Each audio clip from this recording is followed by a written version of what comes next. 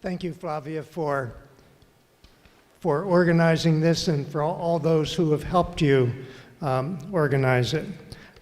It's just great for me to be able to come back home to see so many people I've not seen for a long, long time. Some of you, I see some gray hair, will remember the name Liz Carpenter. She worked in the Johnson White House, worked with LBJ, wrote some of his better speeches. And after the Johnson years, she wrote a book called Ruffles and Flourishes. It was about her experience in government. And she was on book tour one night in Atlanta, Georgia, promoting Ruffles and Flourishes. And she happened to meet by chance in the hotel lobby her former White House colleague, Arthur Schlesinger. And Arthur said, gee, Liz, that was a great book you wrote. That was a great book of yours. I really enjoyed it. Who wrote it for you? She said, well, Arthur, I'm glad you enjoyed it. Who read it to you?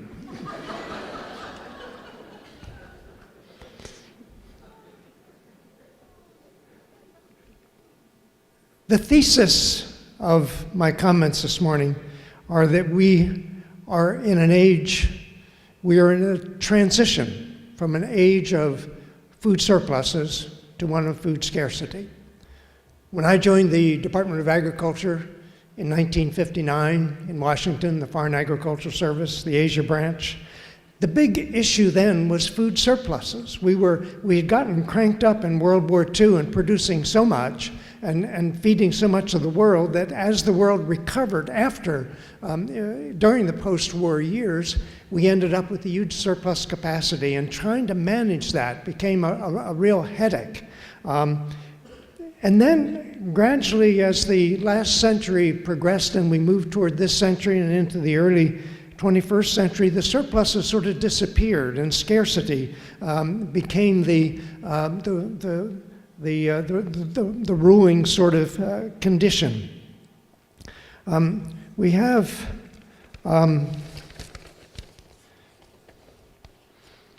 since 2000, because of the tight supply, we've seen world grain prices double.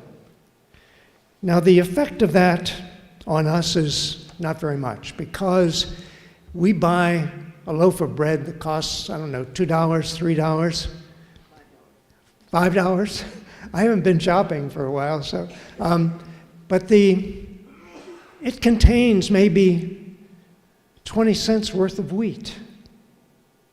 All the rest of that $3 or $5, whatever it is in the processing and in the marketing and so forth. So we don't really feel, if the price of wheat doubles, it doesn't really have much effect on the cost of a loaf of bread for us. But if you live in India, if you live in New Delhi and you go to the market and buy wheat to bring home and make chapatis, if the price of wheat doubles, the price of your chapatis double. So we've been sort of sheltered from the effect of food price rises because of the complexity of our system, but the people in the developing countries have not. And I remember when I was in the Department of Agriculture, 1959 to 69, we were concerned because for some people in the world, they only had one meal a day. They were down to one meal a day. Now, in the last few years, we have a new sort of situation emerging where people plan foodless days.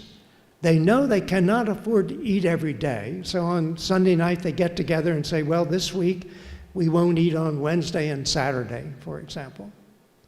And the low-income segments of many societies are now in a situation where they cannot afford to eat every day. In India, 24% of families now regularly plan foodless days. In Nigeria, it's 27% of families that plan foodless days. In Peru, 14%. And I could go on through a list of other countries, Pakistan, Bangladesh, for example. Many of the countries in sub-Saharan Africa. But we've seen a fundamental shift in the world food economy from one of surpluses to one of scarcity. In 2007 to 2008, we saw a doubling of world grain prices. We had a poor harvest in 2007. Grain prices rose dramatically. And then we saw something that we have never seen before. We saw grain exporting countries begin to restrict their exports in order to keep their domestic food prices under control. Russia and Argentina, both leading wheat exporters, restricted their exports. The Russians even banned exports for a while. And suddenly importing countries began to feel very uneasy because they realized they could no longer count on the exporting countries to supply them. If things got tight, the exporting countries would stop exporting. And so we saw this sort of new geopolitics of food emerge. And countries began trying to figure out what to do. And one of the things in this sort of panic mode they did was to begin to buy land in other countries. We saw countries like China. China is essentially self-sufficient in grain, but it imports some 60% of all of its soybeans. And soybeans are very important not to be eaten directly, but because the soybean meal is key in mixing with grain to produce livestock and poultry. So we've had this situation where China buys 1 million acres or leases on a long-term 50-year lease 1 million acres in the Ukraine, for example. We see other countries, Saudi Arabia, which by 2016 will have used up all its underground water and will be totally dependent on grain imports. So countries like Saudi Arabia suddenly want to buy land in Africa or wherever they can find it in order to make sure that they will have food in the future. Egypt, which is totally dependent on the Nile River, knows that if the upstream countries like Ethiopia and Sudan start taking more water, as they are, Egypt will be in trouble. It basically does not rain in Egypt. Egypt is totally dependent on the Nile River. Without that river, there would not be an Egypt. So these issues are beginning to emerge and to create a level of concern, what I've called the new politics of food. Food is becoming the new oil, and land is becoming the new gold. These have suddenly become valuable resources. And we see investment banks like Goldman Sachs investing in land, not because they want to farm, but because they know as an asset it's going to be increasing in value. There was a period, I don't know, I think it was over a 5-year period or so, that the increase in the price of land worldwide was double the increase in the Dow Jones index. So we're seeing a basic shift in the world where land and water become scarce. Now, at the same time, we're beginning to recognize some new constraints on the supply side. We're seeing record growth on the demand side. World population has been growing by about 80 million people a year for some decades now. 80 million people. That means there will be 219,000 people at the dinner table tonight who were not there last night. And tomorrow night there will be another 219,000 people. So it's a very substantial addition, and it's relentless. It just keeps coming. But population growth is not the only source of growing demand for grain today. It used to be that it accounted for almost all growth. But now we also have rising affluence. And the difference between someone living in India consuming about 400 pounds of grain per day, and someone living in the United States where we consume about 1,400 pounds of grain per day is very substantial. And the difference is because we consume so much grain now in the form of beef and pork and poultry and eggs and so forth. So we're living high on the food chain. Many of us higher on the food chain than is good even for our own health. So moving down the food chain for many of us would both take some pressure off of resources, and it also enable us to lead healthier lives. So we have population growth plus rising affluence. I estimate that there are at least 3 billion people in the world today moving up the food chain. And a big chunk of that, of course, is the 1.3 billion people in China. But this movement up the food chain is now, for the first time in history, generating an annual increase in the demand for grain comparable to that from population growth. So this is a real challenge. And we look at compare the US and China. Per capita meat consumption in the United States is about double that in China. But because China's population is 4 times as large as the US, total meat consumption in China is double that in the United States.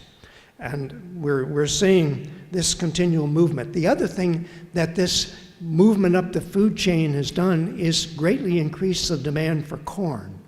Corn is now the world's #1 grain crop. It used to be wheat and rice, which were the 2 staples.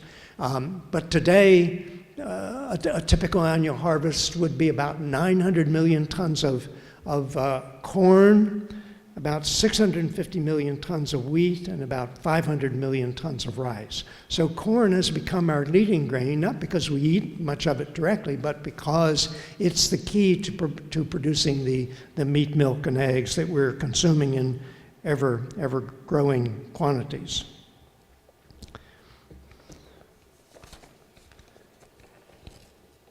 Let's take a look at the supply side. We've looked at demand side, population growth plus rising affluence. On the supply side, we're looking at water emerging as a major constraint on efforts to expand food supplies. We're looking at climate change. I remember when Carl and I were growing tomatoes, we would have heat and drought sometimes, but we didn't worry that much about it because we knew that next year things would probably go back to normal.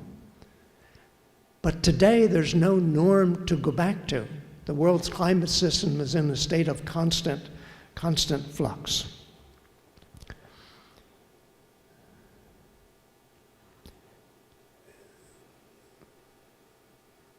Constraints on water are translating into constraints on the food supply. In the Arab Middle East, this is Saudi Arabia, Yemen, Syria, Iraq. In each of these 4 countries, water use peaked some years ago. It peaked because they were pumping their underground water and then the wells started going dry and the amount of water they had began to decline. That happened in all 4 countries, not in exactly the same year, but over a period of years. And as a result, today, these 4 countries are almost in a free fall in grain production. And the Saudis project that by 2016, they will have used up all their underground water and will be out of the grain production business altogether. So this is the first group of countries in the world where water shortages are actually reducing production, shrinking the harvest, and forcing them to turn to the world market for more and more of their grain. That's sort of an extreme case. But when we look at the big 3 grain producers, and these are India, China, and the United States, these 3 countries account for half of the world grain harvest. We see a tightening water situation here. The World Bank a few years ago published a study on India where they estimated that 175 million people in India, this is out of 1.3 3 billion, 1.2 billion, that 175 million people in India were being fed with grain produced by overpumping. Now, overpumping is by definition a short-term phenomenon. You can't overpump indefinitely. So we have a situation in India where the water table is now falling in every state as a result of overpumping. In India, you do not need a license to drill an irrigation well and buy a pump. As a result, India now has 26 million farmers who have drilled wells and are pumping underground water, which is great for increasing production in the short run. But in the long run, those wells go dry. And the rate of pumping is necessarily reduced to the rate of recharge. So we have these sort of water-created food bubbles in various countries, India being an important one. Another is China.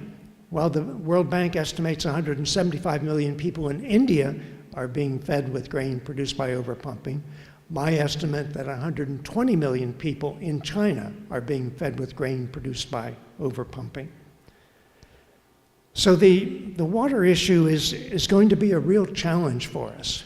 And the rule of thumb is it takes 1,000 tons of water to produce 1 ton of grain. And with world grain use now, driven by population growth and rising affluence, growing by about 41 million tons a year, 41 million tons of grain means 41 billion tons of water. So water is becoming a real issue as we look at the projected growth in demand in the years ahead.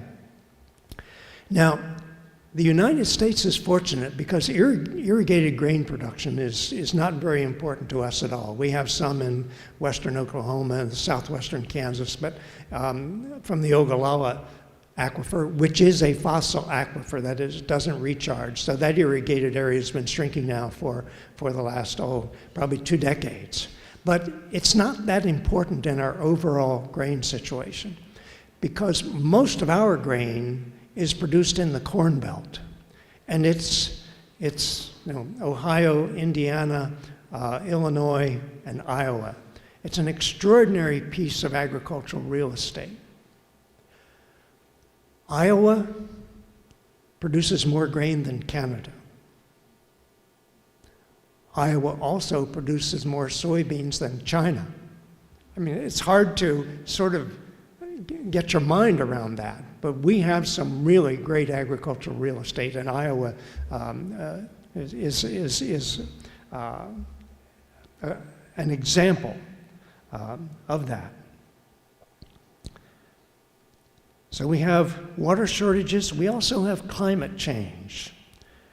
The rule of thumb used to be that for each 1 degree Celsius rise in temperature, we could expect a 10% decline in grain yields. This is a 1 degree Celsius rise in temperature during the summer growing season. We could expect a 10% decline in grain yields. A recent study from Stanford, based on historical data from 600 counties in the United States, which is basically all the agricultural counties,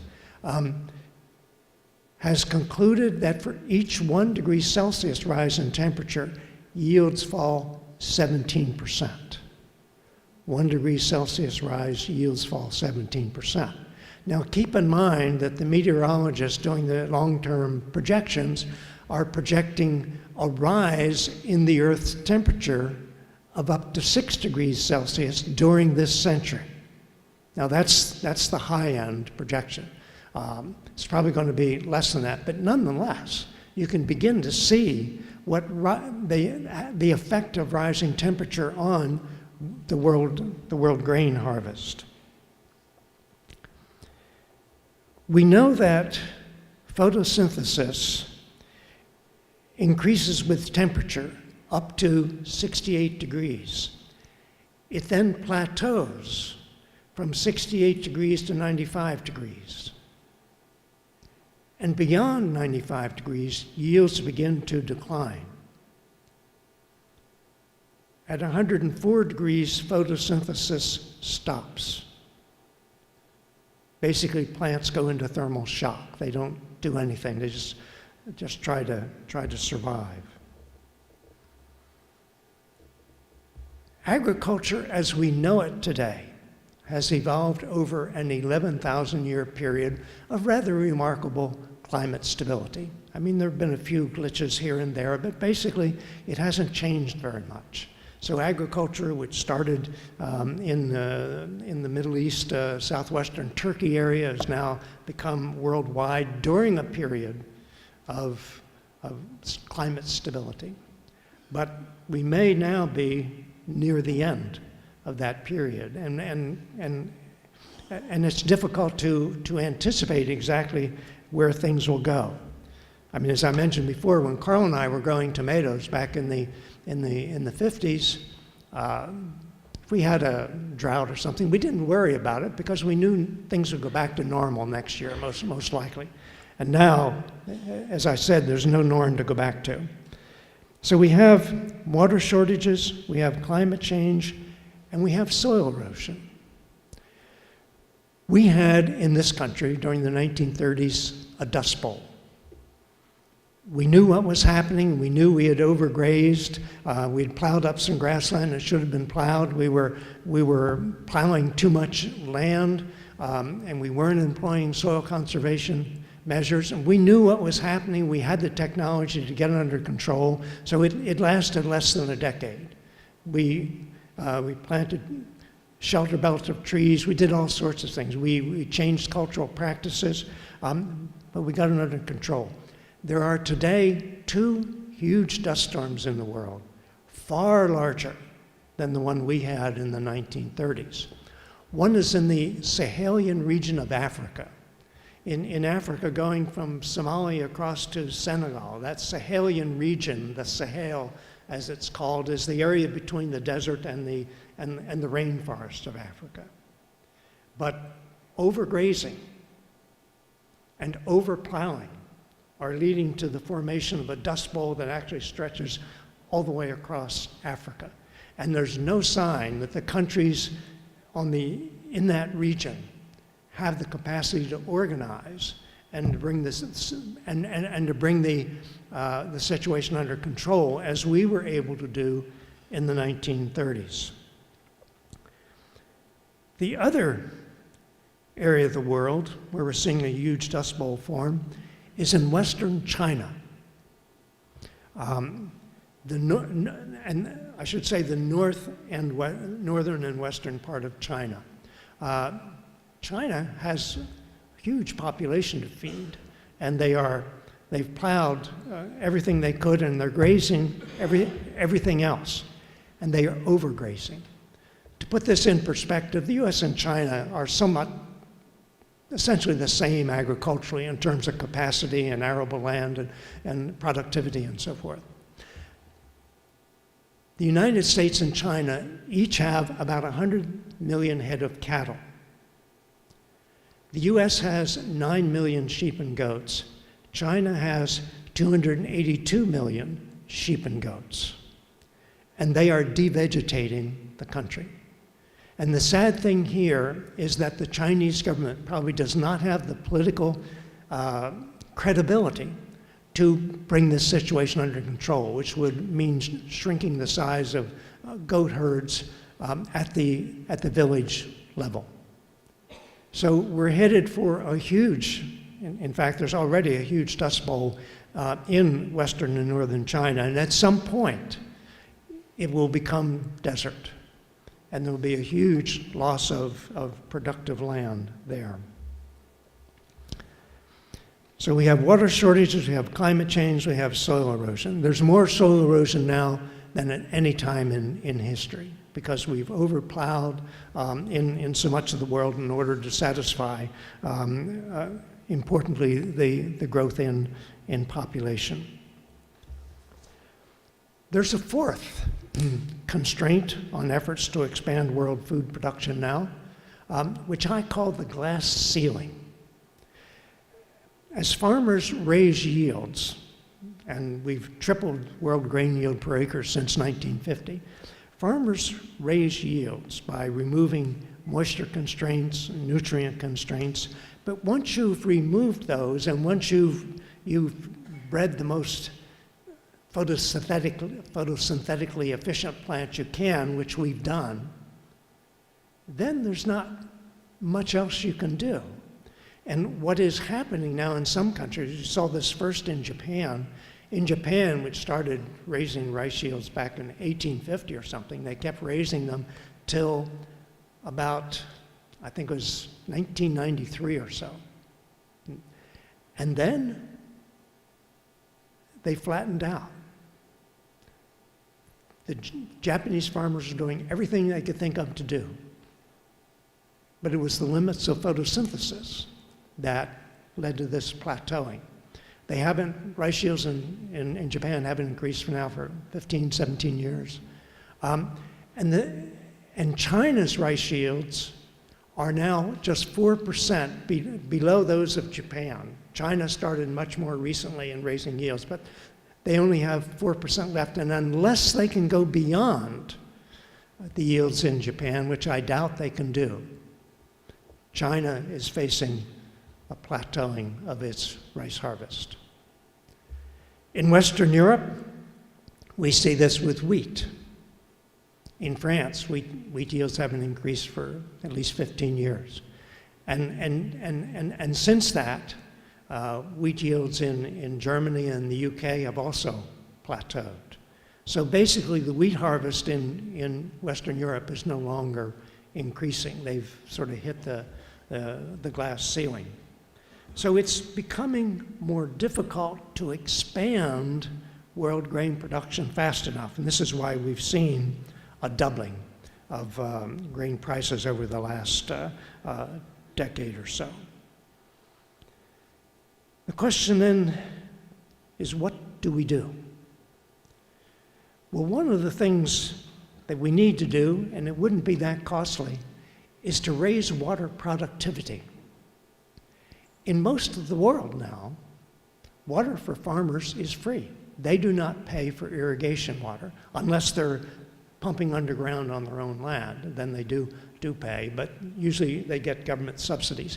But we have a situation where governments subsidize the use of water. In California, taxpayers subsidize the use of irrigation water. What we need to do is raise the price of water so that we begin treating it as a scarce resource, which it now is. So we need to start pricing water and to raise the price to the point where it will reflect the market value of the water. So ending free water is an important part of being able to further expand the world grain harvest. We have a lot of land in the world that would produce if we had the water to go with it. So raising water productivity is number one. Number two is cutting carbon emissions. The UN goals are to cut carbon emissions 80% by 2050. I think if we stay on that trajectory, the game will be over long before we get to 2050. I think we've got to think about cutting carbon emissions 80% by 2025. We've got to move quickly. And the exciting thing is we now have the technologies to do that. And that's what my next book will be about. It's called The Great Transition, shifting from coal and oil to solar and wind. Raise water productivity, dramatically cut carbon emissions, and stabilize population. Stabilizing population is possible. There are probably 100 million women in the world today who want to stabilize, who want to have small families but lack access to reproductive health care and family planning services. Filling that gap would probably bring world population growth to a halt, or at least very close to it. And it wouldn't cost very much. Supplying 100 million women with these services the total for that would be so small it would get lost in the rounding of our defense budget. But population growth may be a greater threat to our future security and that of the world than any conceivable military threat.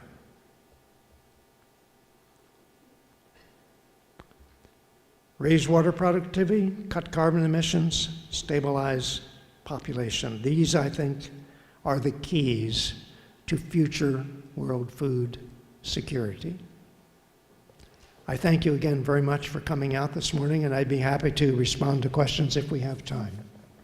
We do have a few minutes, and shall we handle it from here? Lester, for offering that opportunity. I see a hand right there. Yes.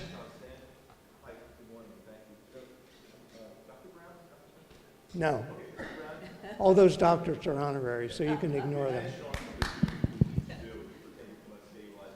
Excuse me, we don't have a roving mic, do we? We're supposed to have some handheld mics. Maybe there's an AV person there who can help.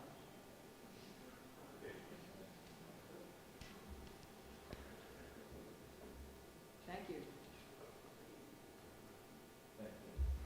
Yes, Mr. Brown, you'd mentioned three things, general things that we can do in the future, perhaps to alleviate some of these problems.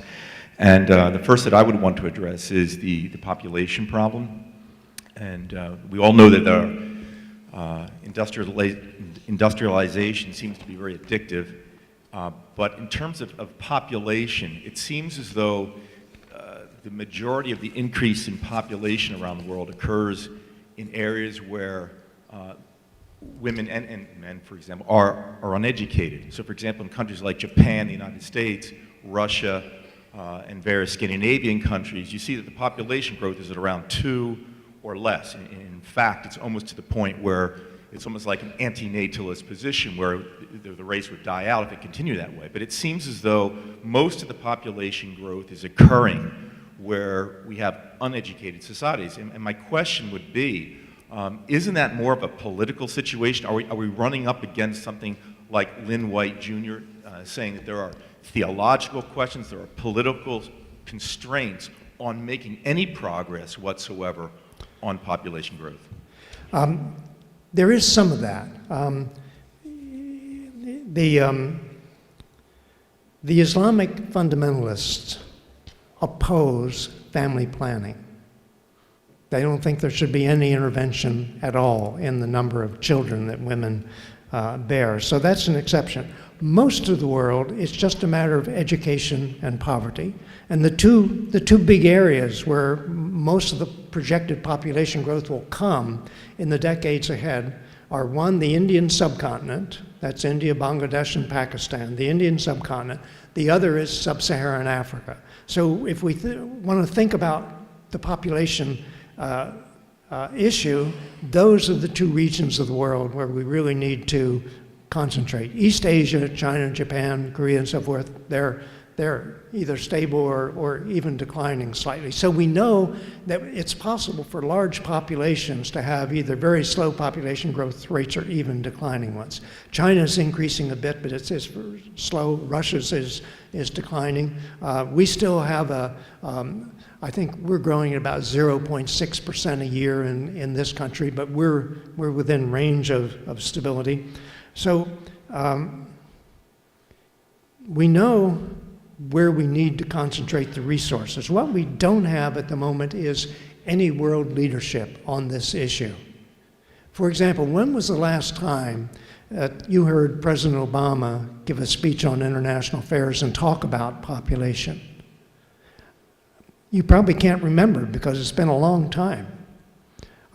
It's sort of fallen off the table as an issue now. You don't hear the head of the World Bank or the UN or what have you. They don't talk about population much anymore. But it is a threat and it's real. And I think when we begin looking at population policies and water policies, if we integrate those and begin thinking about both of them together, I think the water situation will dramatically alter population policy, but we haven't done that yet. It seems so rudimentary that we ought to be thinking about,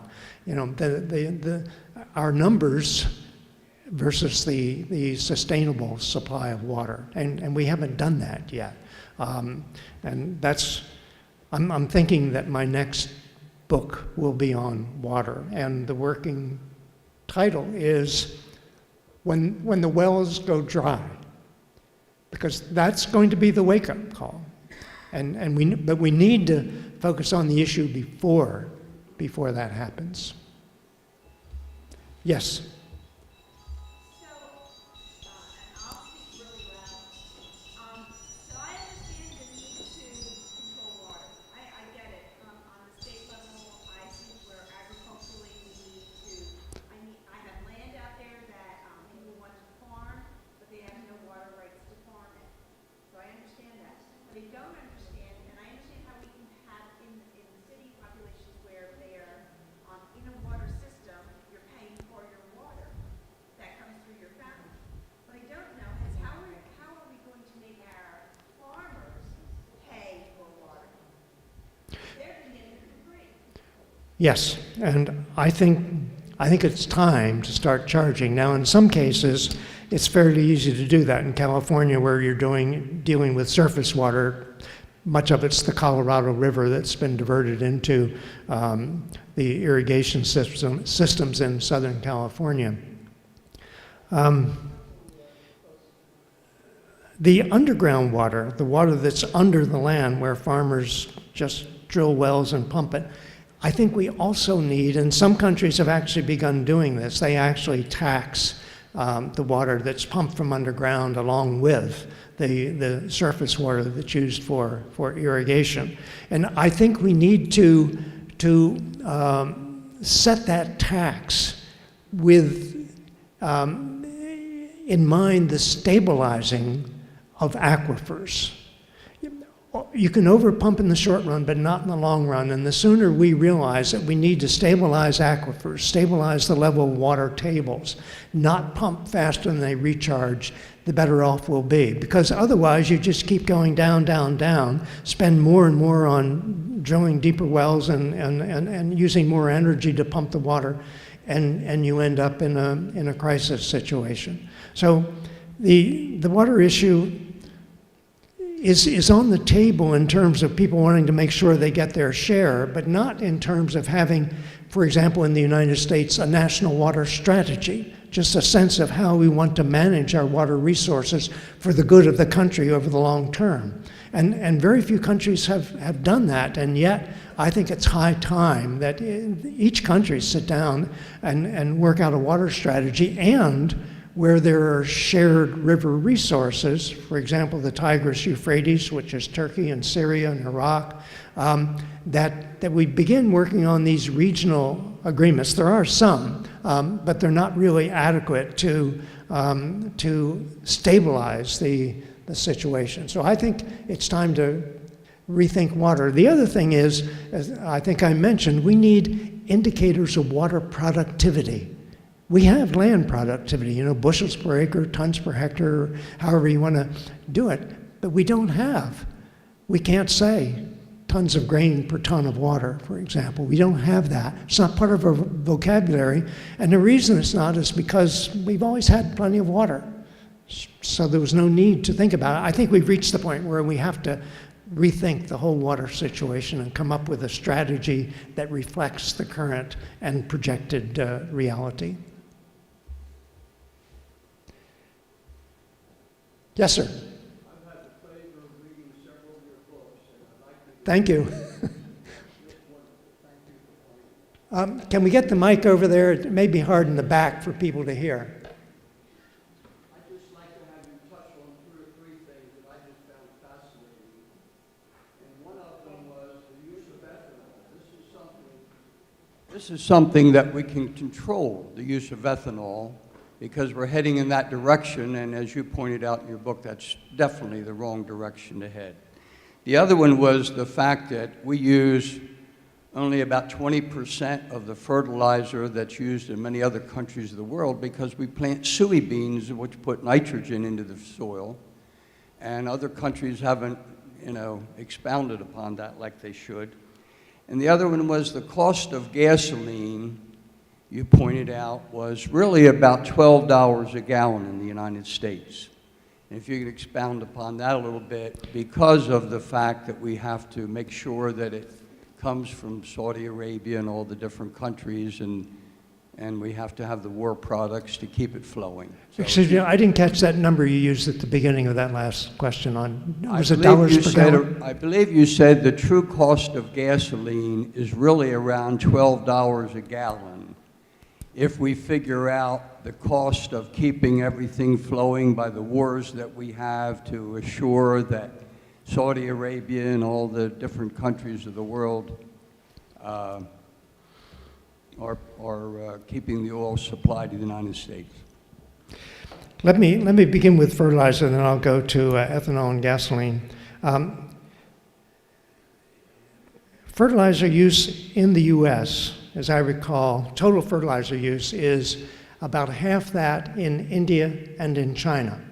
And one reason is we incorporate soybeans in the rotation, but probably more important is that farmers test their soils in this country regularly so they know what the nutrient situation is. Sometimes even do plant tissue tests during the growing season to check and make sure the plants are getting the nutrients that they need. And if they don't, we apply fertilizer in midsummer if we need to.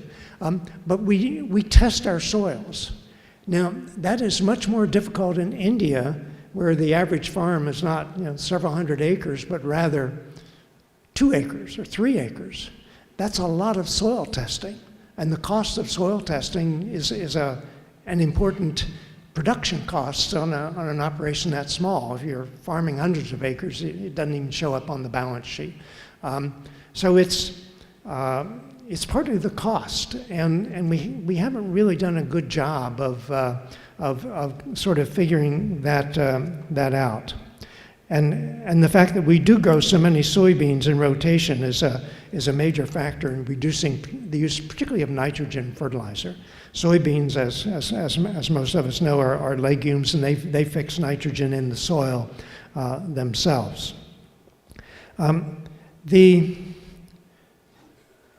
I think the use of grain to produce ethanol, to produce fuel for cars, is a big mistake. And the good news is it's not increased at all in the last few years. In fact, it's been decreasing a bit. I look forward to the day when we don't use any grain to produce ethanol at all, and that is probably going to come from the electrification of our transport system. We are now in a situation where the cost of fueling a car with electricity produced either from solar or wind sources is something like $1.40 a gallon, the equivalent of $1.40 a gallon. Whereas at the gas pump, it's what, $3.50 or in some places over $4. So we're going to see in this country, I think, a rapid electrification of the transport system. What it means is that we're going to be putting on individual homes rooftop panels, and these panels are now the cost of electricity from these panels now comes in under the cost of electricity from the local utility in most of this country, in much of Germany, for example, where I've looked at the data. So what's happening now is that we're going to see millions of rooftop panels go on houses around this country. There are at least a couple of major construction firms that do housing developments that now make solar panels automatic on their houses. Just as you put a bathtub in every house, you put a solar panel on the roof of every house. So we're in the early stages of this shift to the electrification of automobiles. And the exciting thing is that we can if you have a panel on your roof, you can use that same electricity to charge your car battery, your electric car battery, or your hybrid car, which is what we'll probably start with. I mean, plug-in Priuses, actually, if you're going short distances now, the new plug-in hybrids, you can go for months without ever using any gasoline unless you drive a substantial distance on a trip at some point. So we're going to see the electrification of the transport system moving much faster than we can currently imagine. I say at the beginning of this new book, I think we're going to see a half-century of change compressed into the next decade. It's going to happen fast because the economics are so convincing. I mean, we've reached the point where solar-generated electricity is just very competitive. And there are now, in this country, more than 100 utility-scale solar plants under construction, most in the southwestern part of the United States. And these are big plants, some of them up to 100 megawatts. So we're beginning to see a major shift. And this is good news because it eliminates carbon emissions. I mean, our efforts to solve the energy problem are also going to be an important contribution to stabilizing atmospheric CO2 levels.